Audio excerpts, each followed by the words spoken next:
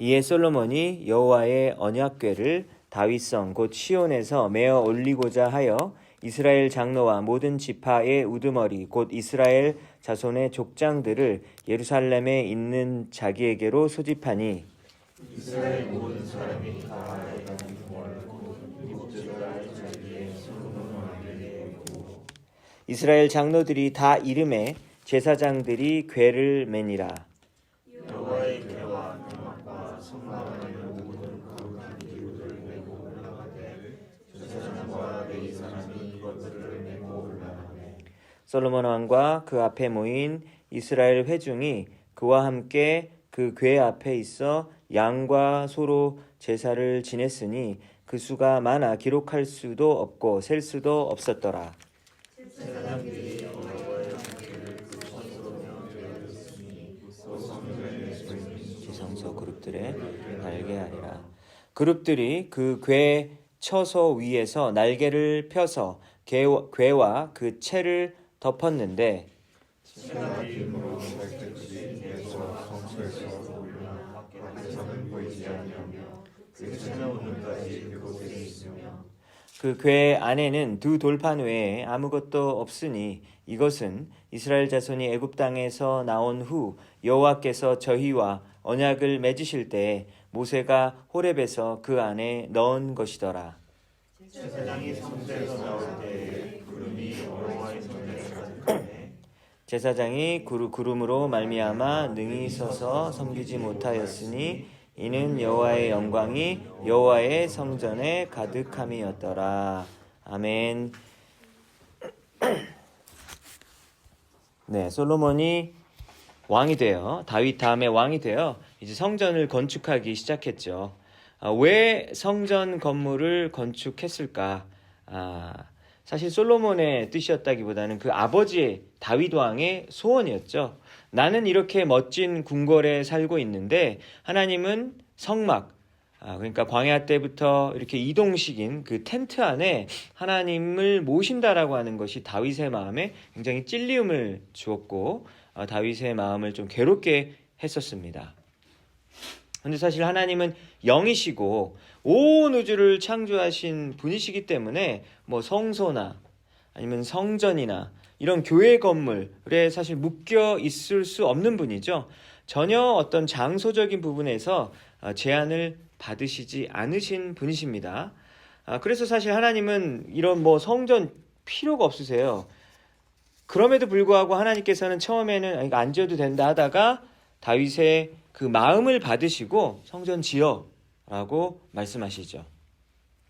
그러니까 우리가 하나님을 향해서 드리는 그 건물, 이 건물 자체는 하나님에게 전혀 필요 없지만 하나님은 도대체 무엇을 받으시려고 그 건물 짓는 것을 허락했을까요? 그 건물을 지으면서 막 그 레바논 백향목을 수입해 오고 그리고 온갖 귀금속들을 모으고 그리고 아주 소중한 것들을 내어놓는 그 마음과 정성을 주님께서 받아주시는 거죠. 하나님은 뭐 이런 벽돌 막 이런 거는 흙으로 지어진 거 아니겠습니까? 뭐 나무 뭐 이런 물질들을 받아주시는 것이 아니라 그것을 드리는 사람들의 마음을 받아주시는 것이죠. 하나님이 수요 예배를 받으시겠죠. 근데 그거보다 조금 더 정확하게 얘기하면요. 수요 예배를 받으신다는 말보다는 수요 예배자를 받으시는 거예요. 여러분 이게 왜 중요하냐면 하나님이 예배를 원하셔 그러면 무슨 하나님이 야 너희들 나한테 박수 쳐 이런 것 같잖아요. 근데 그 예배 자체를 받으시는 게 아니라 예배자를 찾으신다고 주님께서 말씀하셨죠. 요한복음 4장 23절을 보면 아버지께 참되게 예배하는 자들은 영과 진리로 예배할 때가 오나니 곧 이때라. 아버지께서는 자기에게 이렇게 예배를 찾으세요? 아니요. 예배하는 자들을 찾으시니라. 여러분 하나님이 월시퍼를 원하세요. 월시퍼를 원하시지 월십 자체를 원하시는 게 아니죠. 하나님께서는 우리의 예배, 헌신, 헌금, 수고 이 자체가 필요한 분이 아니에요. 왜냐하면 모든 것이 완벽하게 풍요하신 분이시고 부족함이 없으신 분이기 때문입니다.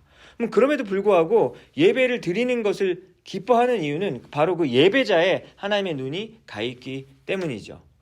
여러분, 자녀가 부모에게 선물을 보내요. 그런데 부모가 알아버렸어요. 자녀가 선물을 보낼 때 너무 귀찮아하고 너무 아까워하고 하는 그 마음을 나중에 알아버렸던 거예요, 부모님이. 그럼 여러분, 갑자기 부모님 마음의 기분이 어때요?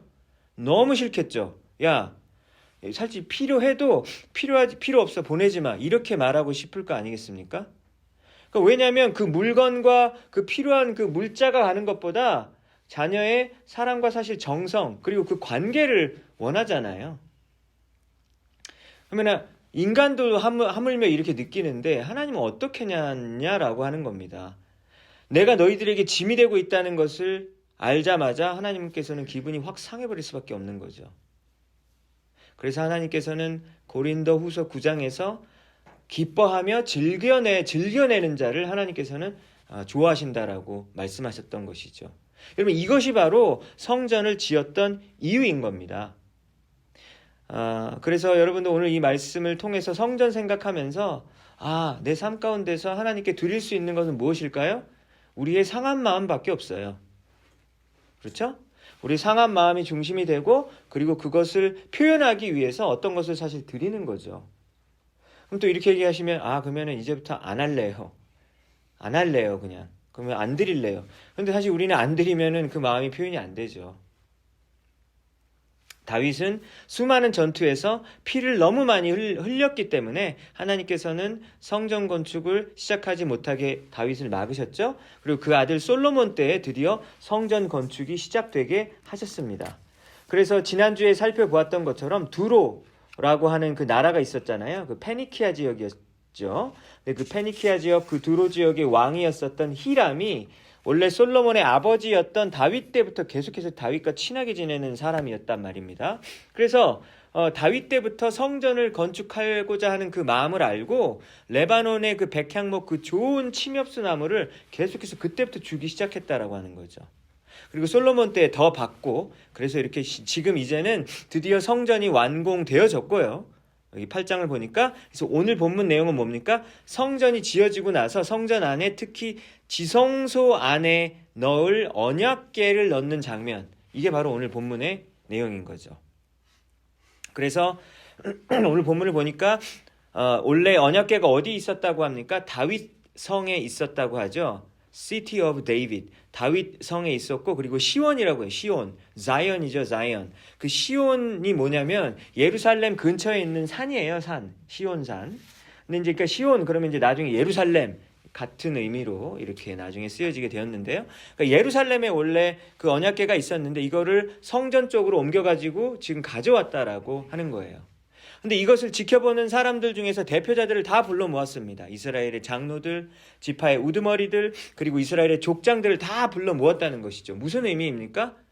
이 성전을 지금 하나님께 완공하고 그리고 드리는 것을 뭐 몇몇 사람만 하는 게 아니라 모든 민족이 한 마음으로 그리고 하나가 되어 민족 전체가 이 성전을 하나님께 봉헌하여서 드린다라고 하는 의미가 되는 것이죠. 근데 2절을 보니까 이스라엘 모든 사람들이 에다님월, 에다님월이 뭐지? 이게 7번째 달입니다. 히브리 달력에서 7번째 달. 그래서 지금 달력으로 하면 9월, 10월경이라고 해요.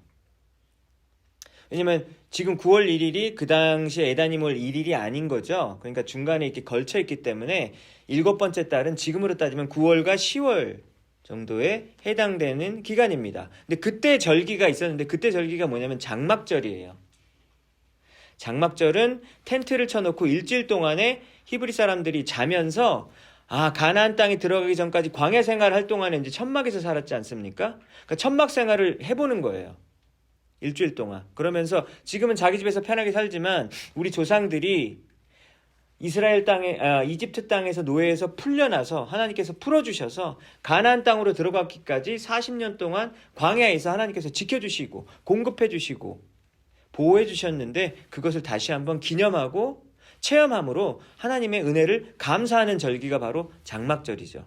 근데 언약궤를 지금 언약궤를 성전으로 지성소 안으로 넣는 그 시점을 지금 초막절로 했다라고 하는 거예요. 그럼 왜 그랬을까? 왜냐면 이유가 있을 거 아니에요. 그쵸? 여러분 크리스마스면 크리스마스에 맞는 행동을 하잖아요. 크리스마스인데 갑자기 계란을 만들어가지고 막 부활절인가 오늘? 이런 생각이 들 수 있잖아요. 그렇게 안 하잖아요. 그러면은 초막절에 한 이유가 있을 거란 말이죠. 그 이유가 뭐냐면 이집트에서 노예로 살던 사람들이 이집트에선 당연히 제사를 못 드렸을 거 아니에요. 제사를 못 드리죠. 이집트에서 노예 생활하는데 어떻게 제사를 온전히 드릴 수 있습니까? 제사를 못 드리는 것 자체가 너무나도 힘들고 괴로운 일이에요. 하나님께 이렇게 뭐 드리고 싶은데. 근데 광야를 지나서 가나안 땅에 와서 이제 자유인이 된 것은요. 이제 하나님께 마음껏 제사를 드릴 수 있는 것을 의미한다라고 하는 것이죠. 그래서 성전을 짓는다는 것은 하나님께 제사 드리는 거잖아요. 성전에서. 성전 밖에 이렇게 뭐 번제단도 있고 물두멍도 있어가지고 물두멍에서 손 씻고 온 몸과 말을 다 씻고 깨끗이 하고 그리고 나서 번제를 드려가지고 하나님께 올려드리는 거잖아요. 그렇죠? 그러니까 제사를 드리기 위해서 지금 성전 짓는 거예요. 그런데 이 성전을 완공하는 이 시점에 이 자유를 얻게 되는 그 초막절의 어떤 그 의미, 하나님께서 광야 기간 동안에 지켜주셨던 그 보호의 의미를 다시 한번 되새긴다라고 하는 겁니다.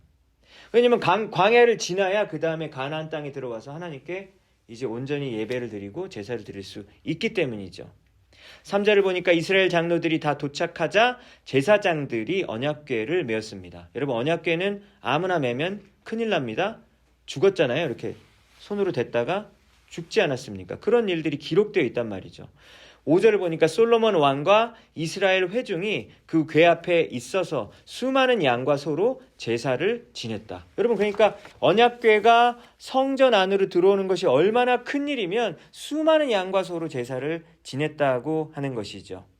6절 제사장들이 여호와의 언약궤를 자기의 처소로 메어 드렸으니 곧 성전의 내소인 지성소 그룹들의 날개 아래에 놓였다라고 이야기합니다. 여러분 여기를 한번 보실까요? 여기 보시면은 그 Holy of Holies라고 나와 있잖아요. 여러분 여기가 Holy of Holies고요. 그리고 여기 베일 커튼이 쳐 있습니다. 이 커튼 밖에는 Holy Place라고 해요. 그러니까 Holy Place는 성소고요. 여기는 지성소인 거예요. 지극히 거룩한 곳 Holy of Holies. 그리고 여기 Holy Place는 성소라고 얘기하는 거죠. 그래서 성소에 보면 세 가지가 있죠.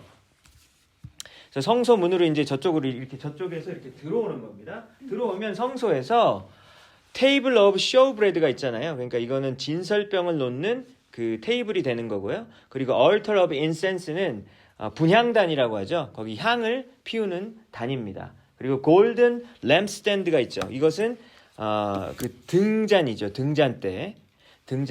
그래서 이 세 가지가 성소에 있고요. 그리고 지성소는 이 커튼을 지나서 이 안으로 들어오게 되면 아까 그룹이라고 말씀하셨잖아요. 그래서 그룹 소그룹인가? 그룹 GROUP 소그룹? 그 그룹이 아니고요. 영어는 체루빔이라고 얘기해요. 체루빔. 그러니까 체루빔은 이제 천사예요. 에덴 동산에서 아담과 하와가 쫓겨났을 때 하나님이 에덴 동산을 더 이상 못 들어가도록 그룹 천사로 막아놨다. 그룹 천사가 못 들어오게. 그 천사가 체루빔이죠. 그러니까 이 그룹 천사가 이렇게 두 천사가 이렇게 있는데 날개가 이렇게 막 엄청 크죠. 이렇게 있어서 이 언약궤 이게 언약궤거든요. 오늘 이거 아크예요. 언약궤 이겁니다. 오늘. 그러니까 이 언약궤가 지금 지성소로 들어오는 이 장면인 거예요. 그래서 이 언약궤를 이렇게 두 그룹 천사가 이렇게 덮고 있다. 뭐 이런 얘기를 지금 하고 있는 것입니다. 여러분 무슨 말인지 아시겠죠? 그래서 6절에 곧 성전의 내 안쪽 장소인 지성소 그룹 천사들의 두 천사들의 날개 아래에 언약궤가 놓여 있다는 것이죠. 여러분 이 그림을 잘 외워 두십시오. 예수님이 돌아가셨을 때 이 베일이 확 찢어진 거예요. 예수님이 돌아가셨을 때 성소와 지성소를 원래 가로막고 있었던 그게 확 찢어집니다. 왜 찢어졌을까요? 이제 지성소가 열린 공간이 되어지고 대제사장이 1년에 한 번밖에 못 들어갔었던 장소였던 홀리 오브 홀리스 지성소에 이제 다 들어갈 수 있어요. 예수님을 믿는 모든 자들은. 그리고 성소는 매일 제사장들이 향 피우러 맨날 들어가요. 왜냐면 향이 이제 꺼질 거 아니겠습니까? 그러니까 향을 매일매일 피려고 성소는 매일 들어갈 수 있었고요. 지성소는 1년에 딱 한 번, 딱 한 명. 제사장 중에서도 또 대표, 대제사장만 들어갈 수 있었는데 그게 확 찢어져 버린 거죠. 그래서 7절을 보니까 이 그룹들이 이 두 천사가 그 궤 초소 위에서 날개를 펴서 궤와 그 채를 덮었는, 채라는 건 뭐냐면 그 운반용 막대기예요. 막대기, 그 폴대를 얘기합니다. 그래서 그 막대기를 덮었다. 왜냐하면 언약궤를 이렇게 만지면 안 되니까 여러분 이렇게 다리로 껴놓은 네, 이렇게 밑에 보면 이렇게 장대가 막대기가 2개가 끼어 있죠. 그러니까 절대로 저 상자를 만지면 안 돼요. 언약궤를 만지면 안 되고 제사장만 저 궤를 이렇게 메고 막대기를 이렇게 메고 그리고 제사장이 갈 수 있었다라고 하는 것이죠. 그래서 이 언약궤가 지성소 안으로 오늘 들어오는 장면이에요. 8절. 그래서 그러니까 이 막대기가 길어서 채 끝이 내소 앞 성소에서도 보였대요. 근데 아주 밖에서는 보이지가 않았고 그 채가 오늘까지 그곳에 있었다. 그래서 이 막대기 2개, 이 채는 항상 거기다가 껴놔야 된다라고 말하고 있습니다. 9절을 보니까 그 궤 안에는요, 저 궤 안에 뭐가 들어있을까? 근데 여러분 보세요. 저 궤의 뚜껑을 보시면 뚜껑에도 그룹 천사가 2개가 또 두 천사가 또 있잖아요. 그렇죠? 그래서 이 덮었었던 그 뚜껑을 열면은 그 안에 뭐가 있냐면 9절에 보니까 두 돌판 외에, 이 두 돌판은 모세가 시내산에서 하나님께 받은 그 돌판이죠. 첫 번째 돌판은 모세가 성질나서 확 깨트려 버렸잖아요. 왜냐면 너무 좋아. 10계명 하나님이 주셔서 하고 딱 은혜 받고 딱 내려왔는데 밑에서 막 우상숭배하고 있잖아요. 금송아지 막 해가지고. 그러니까 너무 열받아가지고 모세가 산성질 했지 않습니까? 그래가지고 확 집어 던져버렸어요. 나중에 하나님이 또 다시 새겨가지고 주셨던 그 돌판이 지금 저 언약궤 안에 들어 있습니다. 10절과 11절을 보니까 제사장이 성소에서 나오자. 여러분 그러니까 성소가 어딘지 아시겠죠? 기억나시죠? 그렇죠? 그러니까 성소가 저쪽입니다. 지성소 말고. 그러니까 성소에서 제사장이 이제 다 하고 나오자 구름이 막 성전에 막 가득한 거예요. 그래서 하나님의 영광이 구름이에요. 그래서 하나님의 영광이 너무 가득해서 인간이 막 서 있을 수가 없어요. 하나님이 진짜로 강력하게 임재하면 사람이 서 있을 수가 없어서 넘어졌겠죠. 그래서 제대로 서 있을 수가 없었다. 이런 얘기가 나오게 됩니다. 여러분 그래서 오늘 본문 말씀에서 이 언약궤가 들어오는 장면이 얼마나 중요했었는지를 우리는 잘 보여주죠. 하나님이 성막을 지으라고 모세에게 명령했었고 아까 그 성막은 성소, 지성소로 구성되어 있었고 커튼으로 나뉘어져 있었고 성소는 매일 제사장이 들어가서 향을 피워야 되는 그런 곳이었었고 그리고 지성소는 대제사장만이 들어갈 수 있는 지극히 거룩한 곳이었는데 왜 그곳이 지극히 거룩한 곳이냐? 그곳에 언약궤가 있기 때문인 거예요. 여러분 그렇다면은 이 언약궤라는 것이 성막에 있어서 핵심적인 것이다라는 것을 우리는 알 수 있어요. 이 언약궤가 정말로 가장 핵심적으로 중요하기 때문에 지성소 안에 딱 이렇게 있는 것이죠. 그럼 언약궤는 여러분 뭐 오늘 본문에도 등장했지만 성경 제일 처음에는 어디에 등장했을까요? 출애굽기 25장에 기록이 되어 있습니다. 그래서 아까 보았던 이 언약궤는 나무로 되어져 있는데 무슨 나무냐면요. 아카시아 나무로 되어 있죠. 그래서 아카시아 나무는 이제 조각목이라고 또 어려운 단어로 이렇게 되어 있는데 조각조각 나눠져 있나? 그게 아니라 아카시아 나무입니다. 아카시아 나무로 만들어져서 그리고 안과 밖에 금으로 칠을 한 거예요.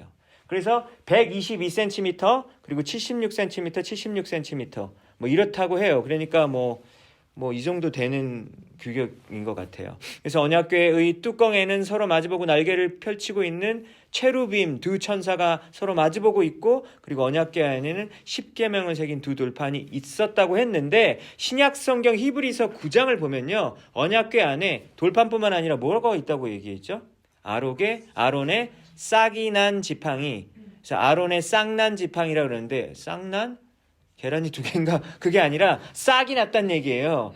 그러니까 원래 그 막대기 여러분 어떻게 새싹이 돋아날 수가 없잖아요. 그런데 이스라엘이 지파들이 광야에서 야 니만 대장하냐? 우리도 할 거야. 막 이렇게 대드니까 하나님이 야 그럼 다 막대기 들고 다 나와.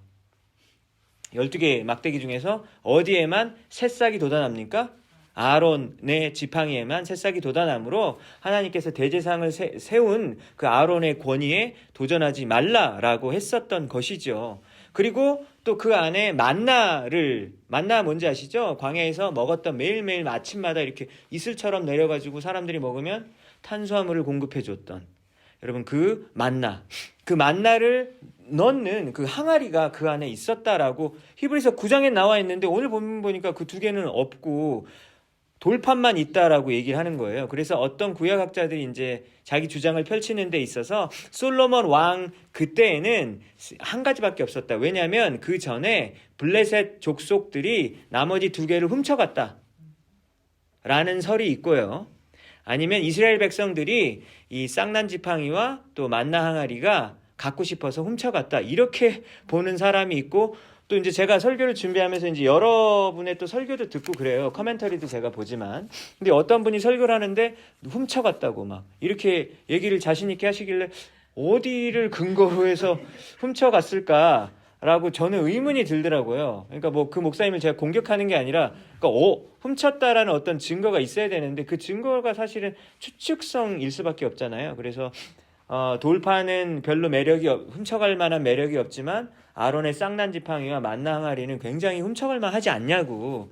그래서 그렇게 얘기하셨는데 조금 동의하기가 쉽진 않았던 것 같아요.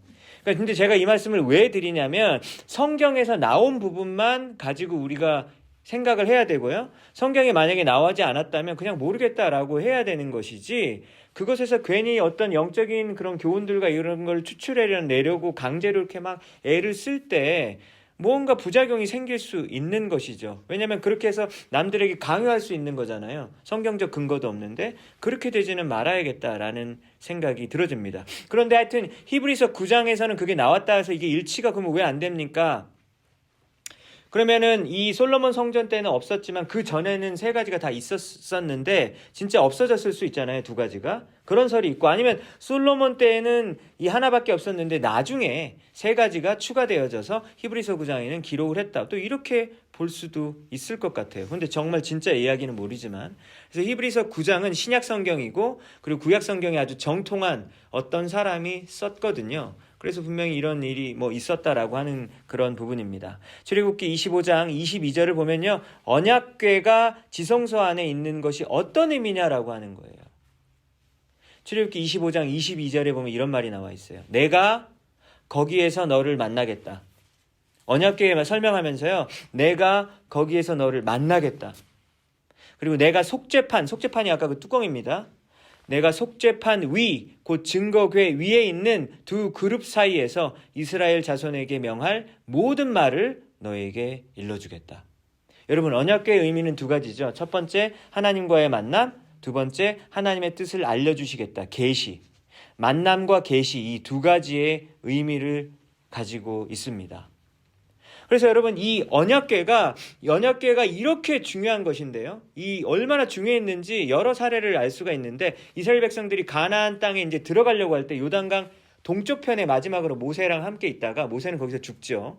그리고 동쪽에서 서쪽으로 이제 건너갑니다. 근데 건너가려고 할 때 그 발을 요단강에 딱 딛기 전에 누가 제일 먼저 가죠? 언약궤가 제일 먼저 나가요. 언약궤를 맨 제사장들이 먼저 나가는 거죠. 그리고 나서 약속의 땅으로 들어갑니다. 누가 제일 앞장서는 거는 어떤 상징적인 의미가 있죠. 그렇죠? 하나님의 임재 그리고 그 하나님께서 우리와 함께 하신다라는 것이 가장 중요하다라는 거죠. 두 번째, 여리고성이 함락할 때에도 언약궤가 가장 앞에 서가지고 7바퀴 막 돌고 막 그랬단 말이죠. 승리를 주시는 분은 하나님이다. 우리가 군대가 뛰어나서 되는 것도 아니고 잘나서 되는 것이 아니라 하나님이 임재했을 때 하나님이 우리와 함께 하실 때 이길 수 있다. 이런 의미 있겠죠. 블레셋에게 언약궤를 뺏긴 적이 있습니다. 그래가지고 간신히 이제 예루살렘으로 이제 가져오게 됐어요. 다윗이 예루살렘으로 언약궤가 들어왔을 때 너무 기쁜 거예요. 그래서 어떻게 했어요? 다윗이 옷이 막 벗겨지는데도 막 개다리 춤을 막 춘 거예요. 그러니까 그 모습이 얼마나 조금 아내인 미갈이 보기에 조금 취했나 봐요. 아유, 왕이 채통도 없이 뭐한 짓이야. 이렇게 하는 것을 다윗이 나중에 알게 됐죠. 그래가지고 이 미갈이 큰 벌을 받습니다. 여러분, 그러니까 이렇게 언약궤가 들어오는 것이 그 나라 전체에, 그 민족 전체에 이렇게 큰 의미가 있었다라는 사례들이 너무나 많이 있어요. 여러분, 이스라엘 역사와 함께 했었던 그 언약궤가 이제 솔로몬 성전을 다 완공했을 때 그 안으로 이제 모셔 드리는 그 과정이 바로 오늘 본문에 나와 있는 것이에요. 여러분, 언약궤는 뭘 의미한다고요? 하나님과의 만남, 그리고 하나님의 뜻을 알려주시는 것, 우리에게 뜻을 알려주시는 그 두 가지 의미가 있어요. 그런데 여러분, 성전은 이제 신약적인 의미에서 고린도전서 3장에 보면 여러분, 성전이 뭐라고 나와 있죠? 우리의 몸이, 우리가, 예수 믿는 우리가 하나님의 성전이라고, 홀리 템플이라고 얘기를 합니다. 그러니까 예전에는 진짜 이 솔로몬이 지었던 그곳이 성전인데 이제는 성전이 건물이 아닌 거예요. 교회 건물도 성전이 아니죠. 우리가 성전인 것이죠. 그렇다면 네, 우리가 성전입니다. 거기서 어떻게 하죠? 그게 무슨 의미가 있나요? 그러니까 이런 걸 우리가 알았으니까 다 된 건가요? 아니죠. 이 안의 뜻이 뭐라고요? 성전이라는 의미는 우리가 하나님과 만남을 가지는 존재라는 의미고요. 하나님이 우리 안에 이미 거하시고 우리를 만나주시고, 그리고 하나님의 뜻을 구하면 하나님이 또 그 뜻을 알려주시죠. 여러분, 그렇지 않습니까? 여러분, 이게 하나님과 동행하고 하나님과 늘 만나고, 그리고 하나님의 뜻을 깨닫고, 그리고 하나님의 뜻대로 행동하는 그 사람들이 진정한 성전인 것이죠. 근데 우리가 뭐길래 그 영광스러운 하나님이 우리에게 어떤 이런 놀라운 특권을 주셨는가 생각해 볼 때 정말 이것이 영광스러운 우리에게 특권이 아닌 특권이다, 축복이다 라는 생각이 여러분, 우리가 가질 수밖에 없지 않겠습니까? 왜냐면 예전에는 이 언약궤를 대제사장만 볼 수 있었잖아요. 1년에 딱 한 번, 그것도 잠깐. 근데 이제는 이것이 너무나 일상적으로 우리에게 언제든지 하나님에게 다가갈 수 있으니 이게 얼마나 큰 축복이냐라고 하는 겁니다. 이것이 바로 예수님이 오셨기 때문에 가능한 일이죠. 예수님께서 오셔서 십자가에 달려 돌아가심으로 죄인임에도 불구하고 우리를 의인으로 부르시고, 성소와 그리고 지성소를 구분지었던 그 커튼을 과감하게 예수님께서 우리를 위해서 찢어주심으로 우리는 비록 자격이 없지만 하나님의 은혜로 우리가 하나님께 도달할 수 있는 그런 대제사장으로 우리를 불러주셨다라고 하는 것이죠. 여러분, 뭐 새롭게 하셔서 좀 보시죠. 가끔 뭐 보시는 분이 있을 텐데, 간증하는 건데, 이번 주에 이제 바로 얼마 전에, 바로 어저께인가 래퍼 이렇게 가수 사츠키라고 하는 그 여자 가수가 나왔더라고요. 근데 어렸을 때부터 정말 좀 너무 힘든 환경 가운데 산 분이었더라고요. 그래서 아주 어렸을 때부터 술 취한 아버지의 그런 욕설을 듣고 매를 맞고, 또 학교에서 테니스 클럽 하면서 학교 선생님에게도 엄청나게 많이 두들겨 맞고 막 따기 맞고, 또 그리고 믿었던 친구들에게 막 집단으로 폭행을 당하고 뭐 이런 일들이 너무나 많았었던 거예요. 그래서 이런 사람이 어떻게 정신 멘탈이 제대로 있을 수가 없겠죠. 그래서 막 여러 가지 막 정신병적인 어떤 그런 것들을 진단받고, 그러면서 펜타닌이라는 아주 중독성이 강한 약물, 몰핀보다 100배가 강하다고 하고 헤로인보다 50배가 강하다고 합니다. 요즘에 필라델피아에 있는 그 렉싱턴 거리인가, 거기에서 이렇게 되게 그런 마약 중독이 힘든 사람들이 많다고 하는 뉴스 보셨죠? 그러니까 그 펜타닌에 중독이 된 거예요. 그래서 수년간 살다가 정말 인생의 막다른 길에서 예수님을 수요예배에 가서 만나고 그때 변화된 삶을 얻게 됐대요. 그래서 그때 목사님이 설교해 주시고 나오라 그래가지고 막 안수기도 받고 해가지고 그때 막 예수님을 너무나도 강력하게 만나고 엄청난 뭐가 훅 들어오면서 확 빠져나가는 것을 느끼면서 그냥 하루아침에 펜타닌이 이런 중독에서 벗어났대요. 근데 이거는 벗어날 수가 원래 없대요. 1000명 중에 1명이 벗어난대요. 근데 정말 좀 너무 예외적인 상황이죠. 그죠? 왜냐면 또 이 사람은 벗어났는데 왜 나는 못 벗어나냐, 이런 속상한 분이 있을 수 있으니까. 근데 정말 특별한 그런 기적으로 그날부터 그냥 중독에서 벗어나고 성경을 한 번 읽으면 막 6시간씩 읽고 막 하루 종일 찬양하고 성경 읽고 이런 게 너무너무 기쁘대요. 그래서 그 간증을 들으면서 저도 막 너무 눈물이 많이 났어요. 왜냐면 예수님이 이렇게 힘들게 산 사람을 구원해 주시는 분이라면 얼마나 선하신 분인가. 그렇지 않습니까? 그리고 나 같은 사람도 이렇게 하나님께서 사용해 주시고 나 같은 사람도 구원해 주셨으니 얼마나 감사한가. 사실 저도 통일교 집안에서 자라가지고 전혀 예수님을 믿을 만한 그런 이유가 없어요. 근데 왜 하나님께서 저를 이렇게 꺼내주셔가지고 말씀을 전하는 사람으로 불러주셨으니 저는 지금도 신기한 거예요. 왜 내가 이렇게 왔을까? 너무 멀리 왔다. 너무 멀리 와버렸다.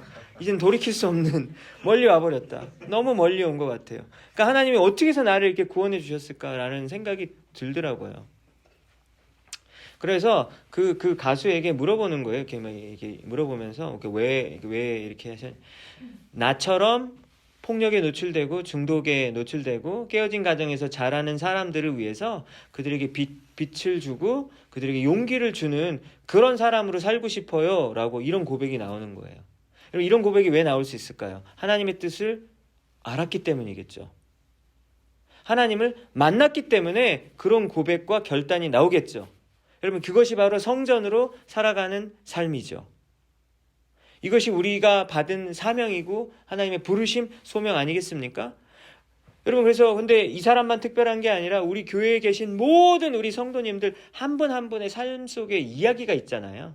어렸을 때부터 지금까지 한 명 한 명의 삶에 이야기가 있는데 하나님께서는 그 이야기를 다 알고 계시고 그리고 그 한 명 한 명의 사람들의 그 영혼을 너무나도 소중하게 여기는 분이 바로 우리 하나님이십니다. 믿으십니까?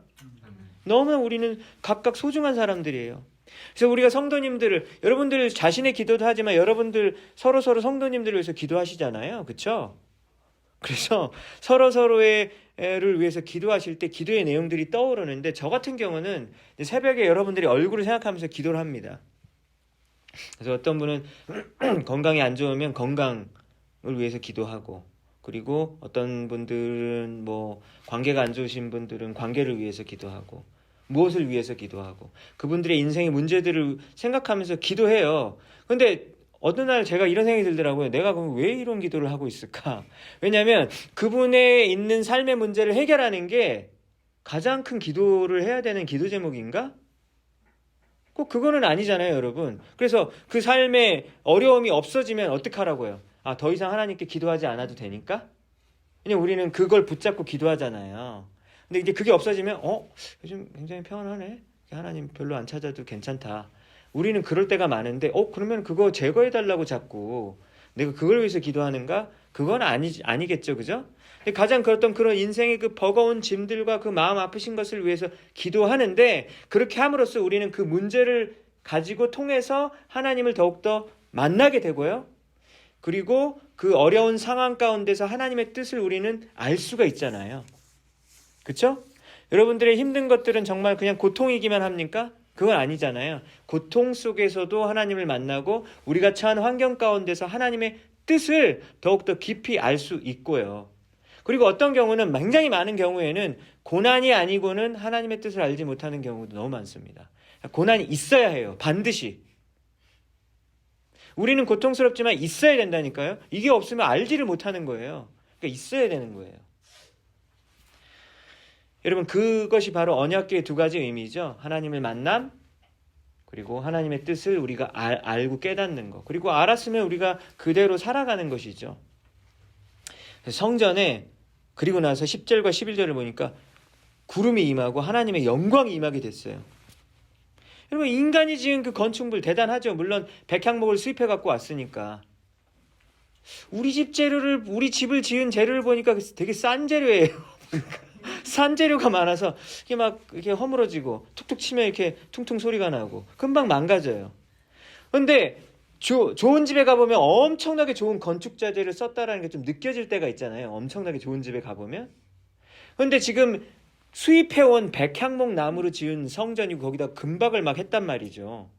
여러분, 그렇다면은 이게 정말 인간의 입장에서는 대단한데 사실 하나님의 입장에서는 사실 아무것도 아닌 거잖아요. 그죠? 근데 그 건축물에 하나님께서 이 지은 사람들의 정성을 보고 구름으로 임하시고 하나님의 영광이 그 자리에 임하게 됐고 제사장들이 압도되어서 제대로 서 있지도 못합니다. 여러분 이게 하나님의 은혜잖아요. 아니, 우리가 뭐 한 게 뭘 대단하다고 우리에게 임해 주시냐라고 하는 겁니다. 하나님이 인간의 몸을 입고 낮고 낮은 이 땅에 오신 것, 이 예수님의 incarnation, 하나님의 이 성육신, 이것이 바로 은혜잖아요. 제가 달라스에서 신학교를 다니고 있는데 유스그룹 전도사로 주말에 이렇게 파타임으로 일하고 있었습니다. 근데 굉장히 작은 교회였었어요. 그러니까 어린이부터 모든 성인 다 합쳐도 30명, 40명, 때로는 20명대 굉장히 작은 교회였었어요. 근데 그 교회인데 그래서 미국 교회 본당도 아니고 미국 교회에 작은 교육관 건물을 빌렸었어요. 그러니까 항상 건물이 늘 작아가지고 여러 가지로 좀 불편한 점이 있었는데 어느 주일에 한 분이 새로 왔어요. 여러분 작은 교회에서 한 분이 새로 오면 너무 기쁘잖아요. 기뻐가지고 제가 이제 예배 후에 이제 목사님 저쪽 가시고 제가 네 식사하시고 가세요 그랬는데 이분이 이렇게 막 둘러보더니만 교회 주차장도 작고 이러면서 그래서 훅 나가는 거예요. 그 차 타고 그냥 가더라고요. 그래서 기분이 엄청 안 좋았어요. 제가 이렇게 나쁜 사람은 사실 찾기 힘들죠. 웬만하면 이렇게 나쁘지 않은데 이렇게 철딱서니가 없고 이렇게 나쁜 사람은 참 보기 힘든데 그런 사람이 이제 마침 우리 교회에 온 거죠. 여러분 그런데 그런 마음을 가지면 하나님이 임재할 수 있어요? 없을까요? 그렇게 마음을 가지면 하나님이 임재할 수가 없잖아요. 왜냐하면 이 작고 누추한 곳에 내 안은 있을 사람이 아니야 뭐 이런 거잖아요. 여러분 그런 마음은 하나님의 마음과 정반대가 되는 마음 아니겠습니까? 예수 그리스도께서 이 땅에 인간의 이 약한 연약한 이 몸뚱아리 안에 들어오셔서 그리고 인간들이 겪는 이 온갖 이 험한 것들을 다 겪으신 이 낮아지시는 그 겸손의 마음을 닮을 때 하나님을 만날 수 있고 하나님의 뜻을 알 수 있습니다. 그리고 나서 그런 사람만이 하나님의 영광을 경험할 수 있으리라 믿습니다. 그래서 오늘 여러분 이 말씀 붙드시고 하나님의 마음을 가진 내가 되게 해주십시오. 그리고 하나님의 뜻을 알고 그리고 하나님을 매일매일 만나고 순간순간 만날 수 있는 내가 되길 원합니다 라고 고백하시는 여러분들 모두가 되시기를 주님의 이름으로 축복합니다.